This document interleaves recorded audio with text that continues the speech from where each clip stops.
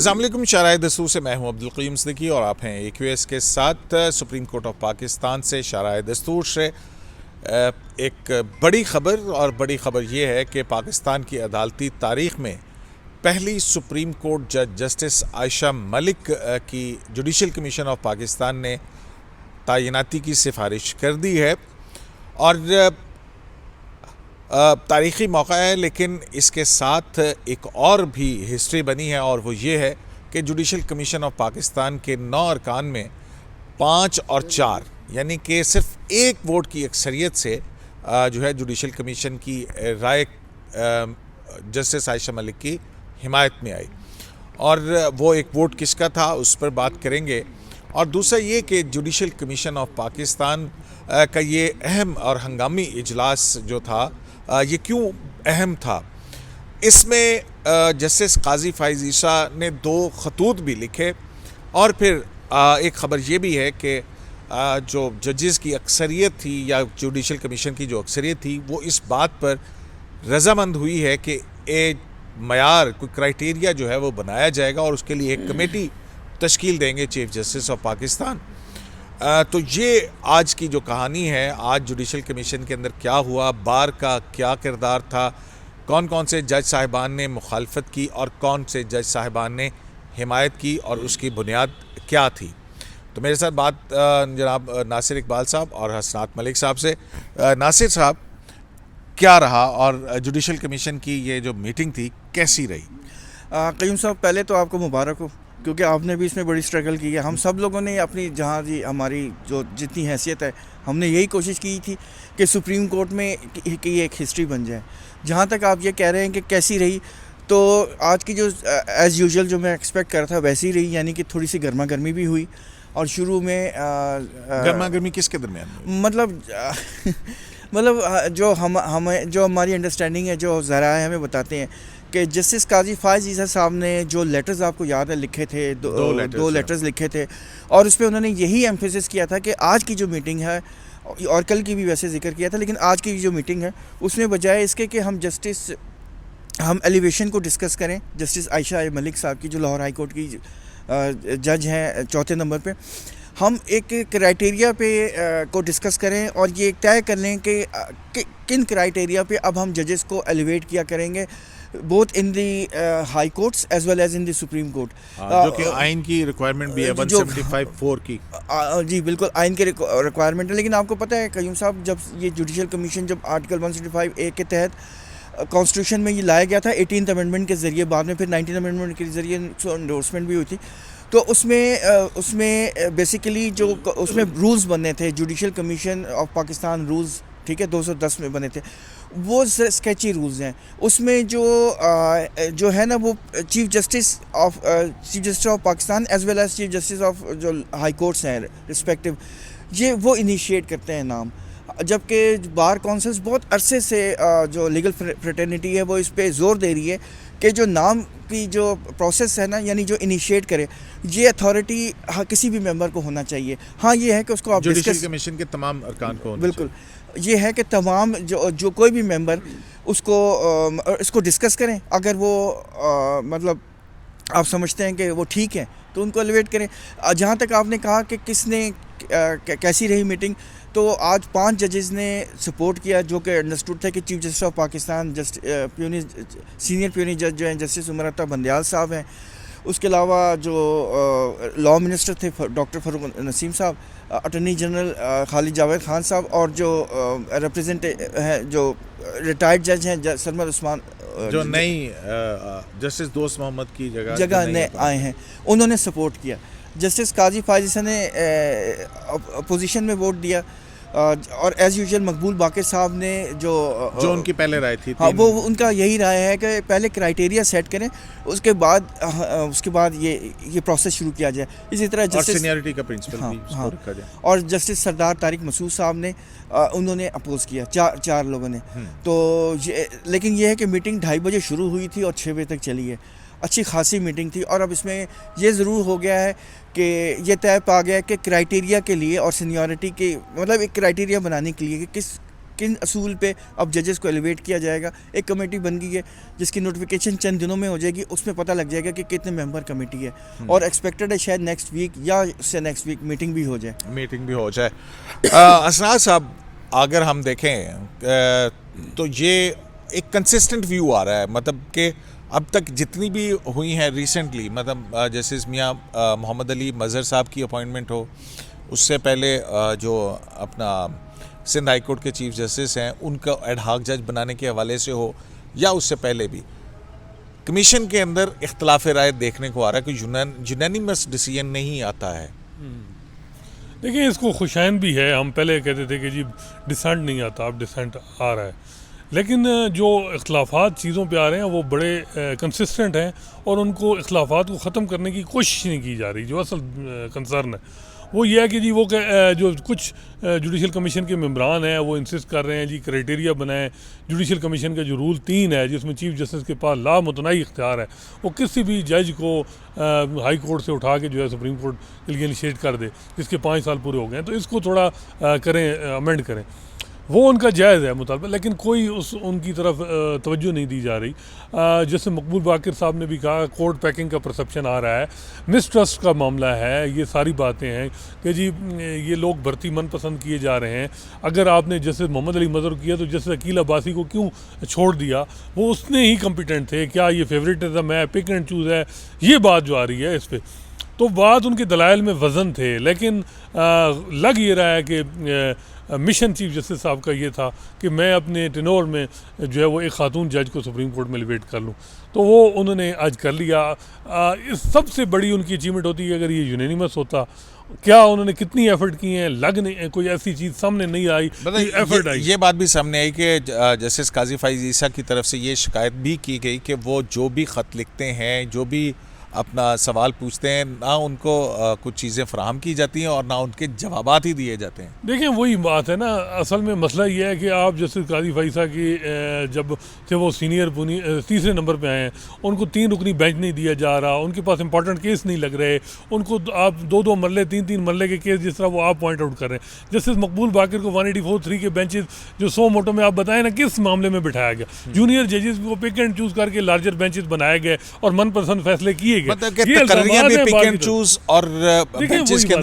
उसमें नॉमिनी का मतलब उनको खामखा जो है कंट्रोवर्शियल किया जाता है। जैसे मोहम्मद अली मज़हर हैं, अभी जस्टिस आयशा हैं, तो इनका प्रॉब्लम ये है कि जो आप लोगों की जुडिशल पॉलिटिक्स कहें या जो भी, उसमें वो जो नॉमिनी है वो विक्टिम होता है और उसमें ज़्यादा सवालात उठते हैं कि जी कि उन पर कंट्रोवर्सी उठती हैं।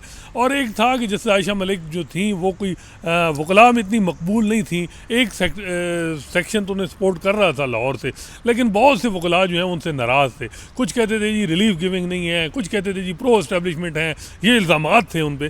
तो मेरा ख्याल है, मेरा तो ये पॉइंट ऑफ व्यू था कि लाहौर हाई कोर्ट में बहुत से जजेस जो हैं वो प्रो एस्टेब्लिशमेंट भी रहे हैं। जैसे काजी फाइसा पे भी बलूचिस्तान के जजेस जो है वो इल्ज़ाम लगाते थे कि जी ये प्रो एस्टेब्लिशमेंट, हालांकि अब वो प्रो एस्टेब्लिशमेंट है तो फिर कौन। तो ये चीज़ें जो हैं ये इवॉल्व होती हैं। मेरा ख्याल है कि आज की आपको जुडिशल कमीशन की जो हाईलाइट थी वो क्या लगती है कि भाई कौन सी चीज़ बड़ी अहम थी?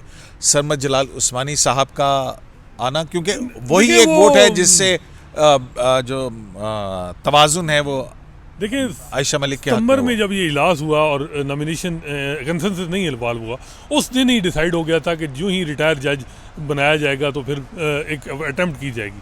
तो यही इम्कान था कि जी जो अपॉइंटमेंट हुई रिटायर जज की वो उसमें ये लाजमी होगा।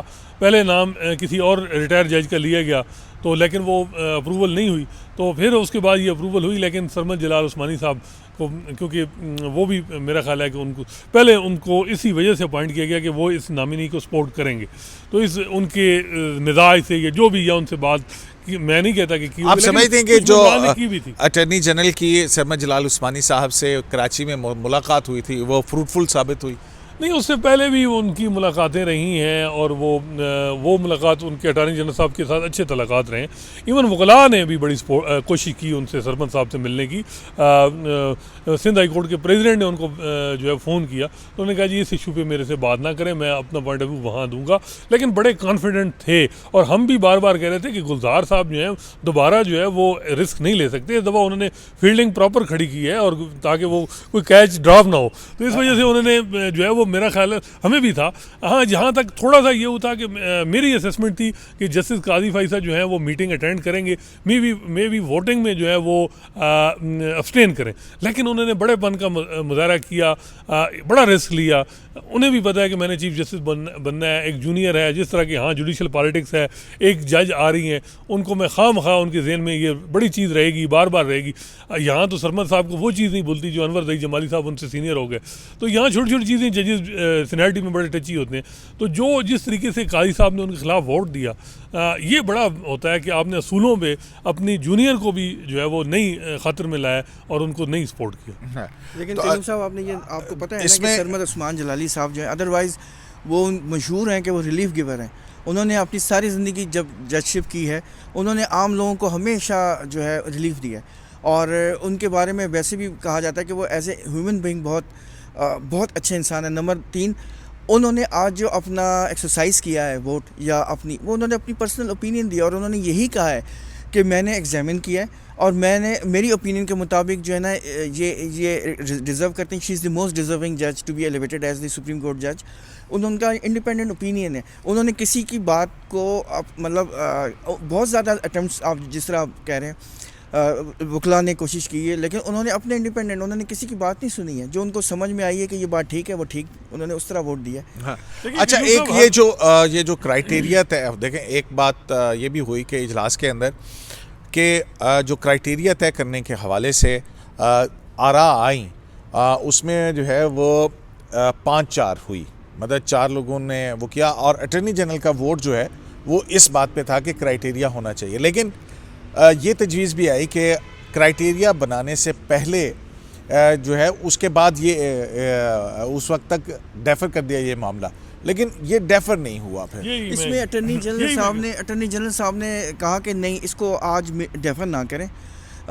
जो हमारी अंडरस्टैंडिंग है, जो मतलब समझ में आ रही है बात, कि कोशिश यह थी कि क्राइटेरिया पे पहले डिस्कशन हो जाए, बाद में ये मीटिंग दोबारा भी हो सकती है। लेकिन अटॉर्नी जनरल साहब मेरे ख्याल में उन्होंने इंसिस्ट किया कि नहीं, आज ही डिसीजन होना चाहिए, और क्राइटेरिया उसके बाद देखें कमेटी भी बन गई है, और अब मीटिंग एक्सपेक्टेड है। मेरा ख्याल है कि वो ये था कि गुलजार साहब के को ही क्रेडिट जाए, 20 दिन रहते हैं उनके, तो उनको क्रेडिट जाए। और इसके अलावा उनके टेनोर में, क्योंकि नस्ला टावर का गिराना, इसके अलावा और भी कंट्रोवर्सीज हैं बहुत सारी, तो कुछ अच्छी मिनॉरिटी से जिस तरह उन्होंने डायरेक्शन दी मिनॉरिटी की प्रोटेक्शन के लिए, तो इस तरह एक सॉफ्ट इमेज उनका जाए कि उन्होंने पहले खातून जज की नॉमिनेशन की, तो इस वजह से चाह रहे थे कि जी उनका। लेकिन मैं ये कह रहा था कि क्योंकि 1 महीना भी है, और फिर 14 दिन के अंदर पार्लियामेंट्री कमेटी जो है उसने अपना डिसीजन का भी करना है। जुडिशल कमीशन की राय है, बहुत कम होगा कि भी वहाँ से वो नाम किसी कंट्रोवर्सी का शिकार हो, लेकिन फिर उसके बाद जो बेंच बनेगा उसमें चीफ जस्टिस के साथ बैठेंगी भी पहली जज, लेडी जज। वो तो ज़ाहिर बात है सिंबॉलिक एक होगा, लेकिन बात यह है कि सितंबर में कंसेंसस नहीं हुआ, उस वक्त भी क्राइटेरिया की बात हुई। तो अक्टूबर, नवंबर, दिसंबर 3 महीने क्या एफर्ट की गई इस तरह के ये बहुत एक अजीब बात है हसनात कि क्राइटेरिया तय किए बगैर एलिवेशंस होती चली जा रही है। हाँ, क्राइटेरिया पे बात करेंगे। हाँ, ये बड़ा अफसोसनाक है। और आयशा मलिक पे मेरा ये है कि अगर ये यूनैनिमस होता तो बड़ा ही अच्छा एक मैसेज आता।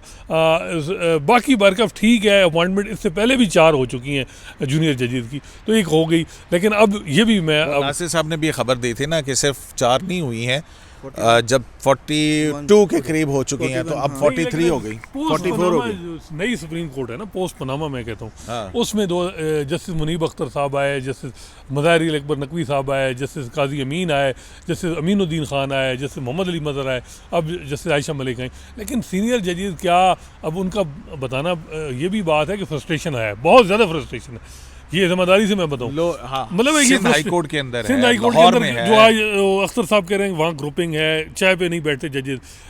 इस्लामाबाद हाई कोर्ट में आप सीनियर जज को जो इग्नोर कर रहे हैं, क्या इस वजह से कि जी वो प्लाटों को स्टे दिया हुआ है उन्होंने, प्लाट नहीं जजेस के प्लाटों पे मामला है।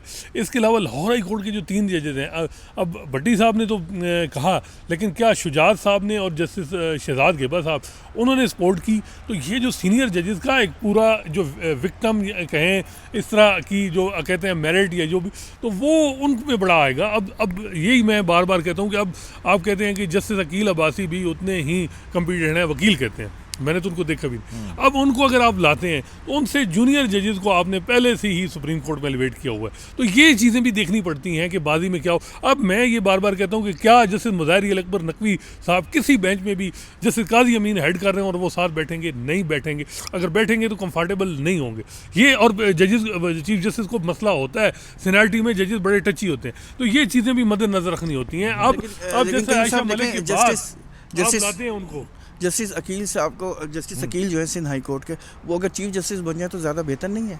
वो प्रोविंस के लिए मेरा ख्याल है कि इंशाल्लाह कुछ ना कुछ। अगर वो नहीं आते हैं ऊपर तो फिर जो मौजूदा चीफ जस्टिस हैं वो रहेंगे तो उसके वो मुझे मालूम है, लेकिन यू नेवर नो ना, कुछ भी हो सकता है। वो तो पहले भी माजी में हमने बहुत सारी कैलकुलेशन की, वो गलत साबित हुई।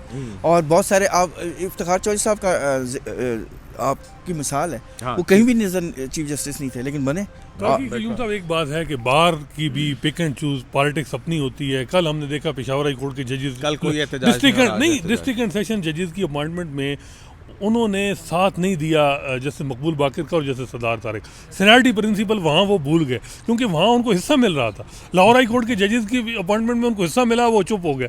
तो बार ने आज भी बड़ा खामोशी से, तो बाकी माजरत के साथ बार का जो रवैया है वहाँ भी डबल स्टैंडर्ड है। और कहीं अगर जस्टिस आयशा मलिक भी बार के रिप्रेजेंटेटिव के करीब होती तो इसी तरह प्रेस रिलीज जारी हो जाती जिस तरह माजी में प्रेस रिलीज जारी। चलें, बहुत शुक्रिया नासिर साहब आपका और हसनात साहब आपका। तो शराय दस्तूर से आज की बड़ी खबर यही है कि पहली लेडी जज जस्टिस आयशा मलिक को सुप्रीम कोर्ट ऑफ पाकिस्तान में नामजद कर दिया गया। उनकी नाम की सिफारिश जुडिशल कमीशन ऑफ पाकिस्तान ने की, लेकिन बजाय इसके कि ये फ़ैसला मुतफ़िक़ा तौर पर होता, एक मुनक़सिम इख्तलाफी फ़ैसला आया है जुडिशल कमीशन में। 5 जज साहिबान, जिसमें 2 हुकूमत के नुमाइंदे और एक रिटायर्ड जज जो हैं वो एक तरफ थे, जबकि जो जजेस हैं और बार है वो दूसरी तरफ थी। 5-4 का ये फ़ैसला और 4 घंटे तक जारी रहने वाला इसका ये इजलास, और बहुत ज़्यादा इसमें हीटेड डिबेट जो है वो हुई। और एक और इशू भी इनिशियली आया, आज लॉयर्स की तरफ से एक ख़त भी तकसीम किया गया था जिसमें जस्टिस सरमद जलाल उस्मानी की इस बुनियाद पर जुडिशल कमीशन में बैठने की मुखालफत की गई कि वो स्टेट बैंक ऑफ पाकिस्तान के चीफ लीगल एडवाइज़र हैं। तो इस पर अटॉर्नी जनरल पाकिस्तान ने कमीशन को ये कहा कि 2072 जो आइन का आर्टिकल है उसके तहत ये सर्विस ऑफ पाकिस्तान के अंदर जुडिशल कमीशन की मेंबर की तैनाती नहीं आती है। तो जुडिशल कमीशन ऑफ पाकिस्तान के अंदर क्या हुआ, उसकी अंदरूनी कहानी आप तक पहुंचाई। शराय दस्तूर से अब्दुल क़य्यूम सिद्दीकी को AQS लाइव से इजाज़त दीजिए। अल्लाह निगहबान।